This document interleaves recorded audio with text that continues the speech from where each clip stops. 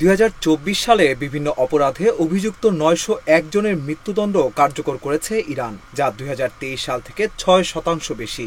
মঙ্গলবার এসব তথ্য জানিয়েছেন জাতিসংঘের মানবাধিকার বিষয়ক প্রধান ভালকার তুর্ক। বার্তা সংস্থা রয়টার্স এক প্রতিবেদনে এ তথ্য জানায়। কোটি কোটি মানুষের ভালোবাসায় ফ্রিজ, টিভি এবং এসিতে দেশের 1 নম্বর ব্র্যান্ড ওয়ালটন। এতে ভালকার তুর্ক জানান, ইরানে 900 জনের বেশি মানুষের মৃত্যুদণ্ডের খবর পেয়েছে জাতিসংঘ, যার মধ্যে শুধু ডিসেম্বরের এক সপ্তাহেই 40 জনকে ফাঁসিতে ঝুলিয়েছে ইরান। এ সংখ্যা উদ্বেগজনক বলছেন ভালকার তুর্ক।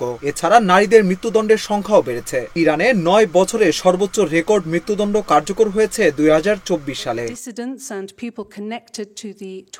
1979 সালের ইসলামিক বিপ্লবের পর 2022 সালে ইরানে সবচেয়ে বড় বিক্ষোভ হয়েছিল। কুর্দি নারী মাহুসা আমিনির মৃত্যুকে কেন্দ্র করে এই বিক্ষোভের সূত্রপাত হয়। ইরানের বাধ্যতামূলক পোশাক বিধি লঙ্ঘনের অভিযোগে তাকে আটকের পর পুলিশি হেফাজতে তিনি মারা যান।